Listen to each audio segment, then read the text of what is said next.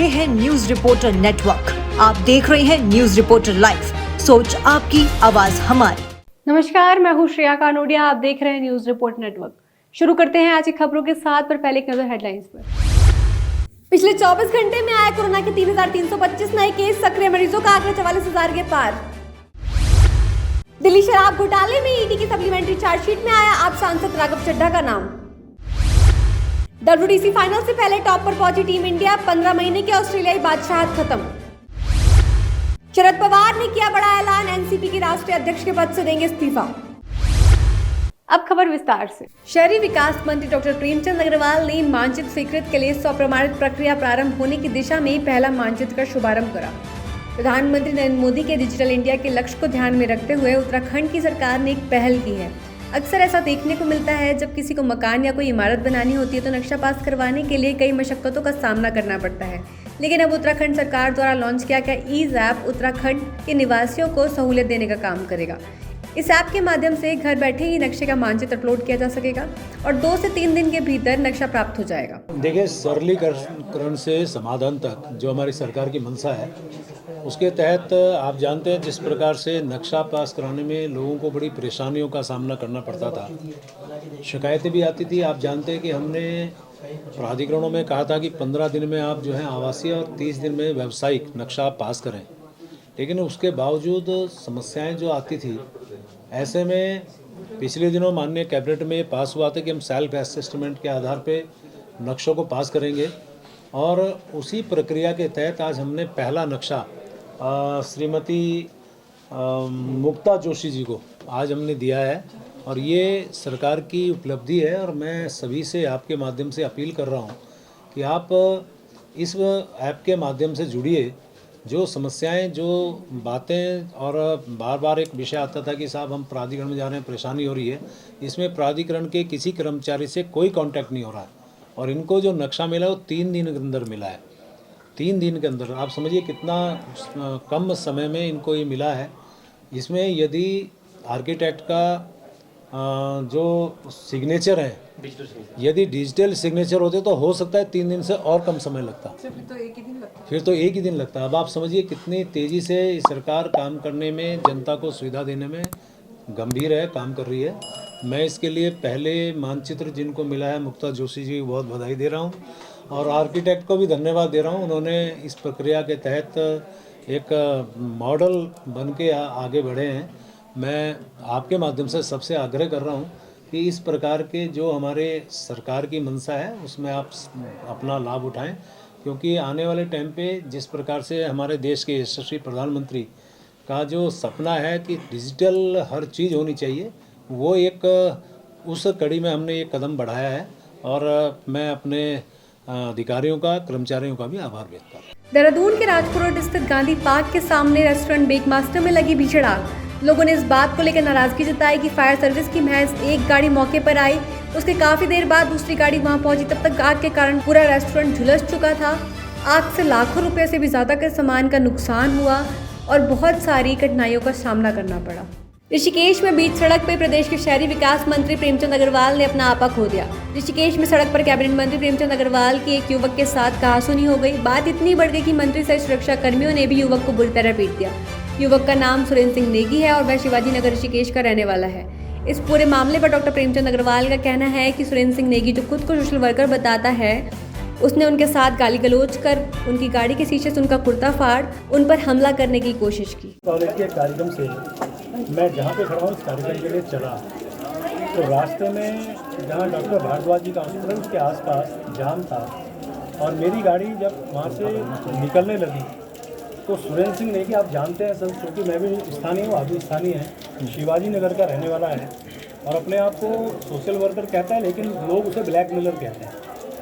जितनी भी घटनाएं आज से पहले हुई है, लगातार पुलिस में भी उसको पकड़ा गया है, अनेकों बार लोगों के द्वारा उसे पीटा भी गया है, सब जानते हैं उसके बारे में। और उसने मुझे गाली गलौज करने का प्रयास किया, क्योंकि मेरा शीशा खुला हुआ था, गर्मी है तो मैं AC बहुत कम इस्तेमाल करता हूँ, क्योंकि बारिश भी है। उसके बाद जो अब गाली लगातार देता रहा तो मेरे सुरक्षा कर्मी को लगा ये क्या हुआ अचानक। उसने समझाया तुम गाली क्यों दे रहे हो, तो उसने एक हाथ से मेरा ये कुर्ता मैं दिखा रहा हूँ, ये कुर्ता पकड़ा जो मैं अभी इससे पहले ये पहन रखा था, और उसने मेरे कुर्ते पे हाथ डाला और ये कुर्ता फाड़ दिया। ये देखिए, ये फटा हुआ मेरी जेब, इसमें सारा सामान गायब हो गया, पैसा सामान जो भी इसमें चीज़ थी सब इसने छीनी है या गायब की है या गिरा है। मैं ये इसको तो नहीं कह सकता, लेकिन ये देखिए आपके सामने ये अभी गई तो ये पटा हुआ। और उसके बाद मेरे सुरक्षा कर्मी ने जब उसे समझाने का प्रयास किया, कहाँ गौरव, ये इसकी वर्दी फाड़ने का प्रयास किया, ये वर्दी फाड़ी है, मतलब खुलेआम गुंडागर्दी। और उसके साथ जो दूसरा जो मोटरसाइकिल चला रहा था वो भी बदतमीजी पे आया और मैं बैठा रहा। उसके बाद वो पत्थर लेने भागा सड़क के किनारे। उसके बाद जब इन्होंने रोकने का प्रयास किया तो उसको मेरी सुरक्षा के लिए इन्होंने बचाव किया। यानी कि मैं ये कह सकता हूँ कि आज तो सीधा सीधा आक्रमण हुआ है, एक गुंडागर्दी हुई है, और ये भी मेरे ही क्षेत्र में, क्योंकि इसके बारे में मैं जानता हूँ। जितने भी कोई काम होते हैं उसमें वो सबसे पहले वो सोशल मीडिया में, क्योंकि कुछ लोगों का एक धंधा बन गया है वो एक काम करना, फिर उसमें ब्लैकमेलिंग करना, ये लगातार इसकी शिकायतें तो मेरे पे आती। मैंने कभी कुछ नहीं कहा और मैं तो इसमें बहुत अच्छा कार्यकर्ता के रूप में समझता रहा कि चलिए अच्छा अपना अच्छा काम करता है। मुझे याद है एक बार सड़क के बारे में इसने कहा तो मैं 5 मिनट के अंदर उस सड़क पर पहुंचा था जहाँ पे इसने शिकायत की थी। और लेकिन इसका एक मुझे लगता है धंधा बन चुका है। फिर मैं मुझे घर पे जाके अपने कपड़े बदलने पड़े और मैं वापस आ गया। मतलब क्या लगता है क्यों हो गए? बिल्कुल FIR दर्ज करूँगा। वो चूँकि मेरे सुरक्षा कर्मी का वो जो अधिकार है वो करेंगे हम लोग। और मैं उम्मीद कर रहा हूँ पुलिस से कि ऐसी गुंडागर्दी से कम से कम एक मंत्री पे हाथ उठाया है, एक सिस्टम पे हाथ उठाया है, तो आप समझ सकते हैं ये तो मतलब ये उत्तराखंड के अंदर ऐसी घटनाएं आपने देखा हो कभी शायद आज से पहले नहीं। मंत्री जी, आपकी सुरक्षा में चूक देखी जा रही है? नहीं कह सकते ये तो। अब आप देखें इतना अंतर था मेरे गाड़ी में और उसकी गाड़ी में, और सीधा वो गाली दे रहा है, उसमें सुरक्षा क्या करेगी? और सीधा गाली दे रहा है, उसे जब रोका जा रहा है फिर वो गाली दिए जा रहा है और हाथ उठा रहा है सीधा। इतनी जल्दी वो अलर्ट होता मेरा सुरक्षा के, उससे पहले तो हाथ उठा चुका था। और हाथ उठाने के बाद मैंने दिखाया आपको सारा सामान, और मेरी जेब में कोई पैसा नहीं है। मेरे पास जो भी मैंने पहन रखा था एक दो चीज़ें छोड़ के सब गायब हो गई। जो वीडियो रिलीज की गई उसको लेके क्या कहना चाहिए? देखिए वीडियो मैंने देखी नहीं है।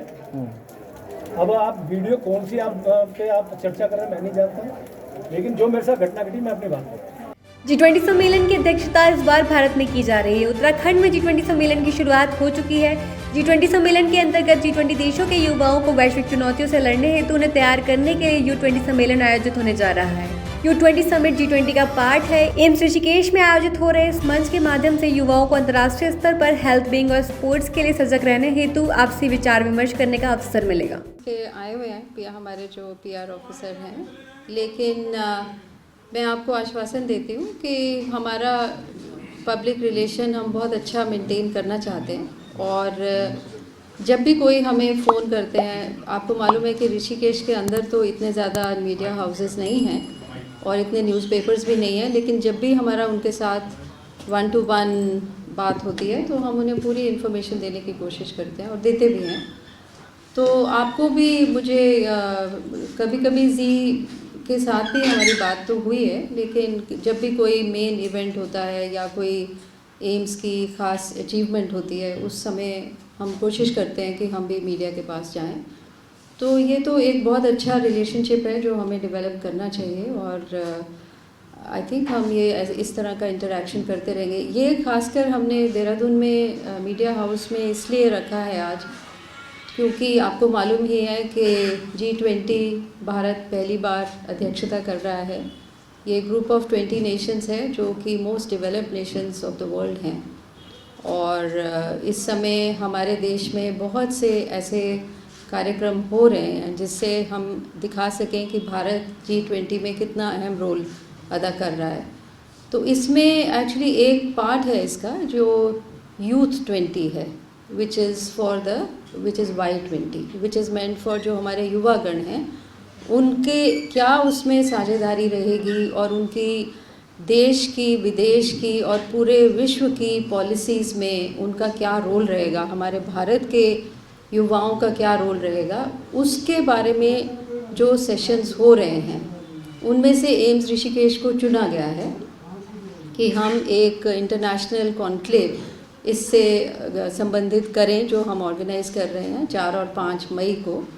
और मुझे आप सबको मेरी तरफ से आपको इनविटेशन है कि आप उसमें आइए और जो भी हमारे बाहर हमारी बहुत से कंट्रीज से आ रहे हैं, जैसे यूएस से आ रहे हैं, हार्वर्ड से, बॉस्टन से हैं, यूके से हैं, मैनचेस्टर से, फिर हमारे जापान से आ रहे हैं। एक मतलब उन्होंने ऑटोमेशन का एक बहुत बड़ा प्रोजेक्ट मतलब वहाँ पे वो करते हैं हॉस्पिटल्स के साथ, वो आ रहे हैं। प्लस सिंगापुर से आ रहे हैं, जर्मनी से आ रही हैं, जो हमें हमारे जैसे युवाओं में बहुत सी प्रॉब्लम्स भी हैं जिसको सॉर्ट आउट करने के लिए, जैसे कि स्ट्रेस की प्रॉब्लम है, ड्रग एडिक्शन की प्रॉब्लम है, उनके बारे में भी हमें बहुत सारे ऐसे एक्सपर्ट्स हैं जो आके वर्कशॉप्स कराएंगे, उनको लेक्चर्स में इन्वॉल्व करेंगे।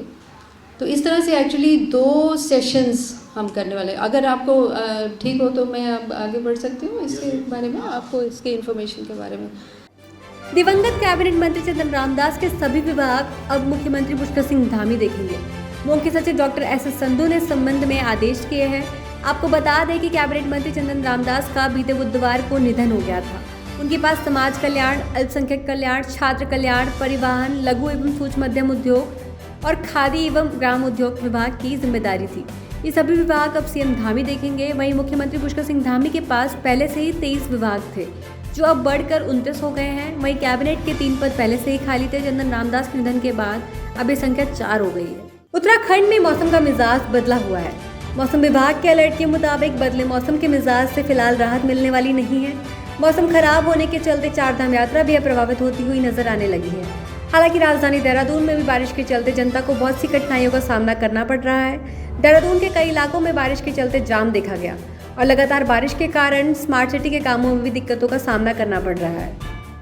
आज की खबर में बस इतना ही। देखते रहिए न्यूज़ रिपोर्टर नेटवर्क। धन्यवाद।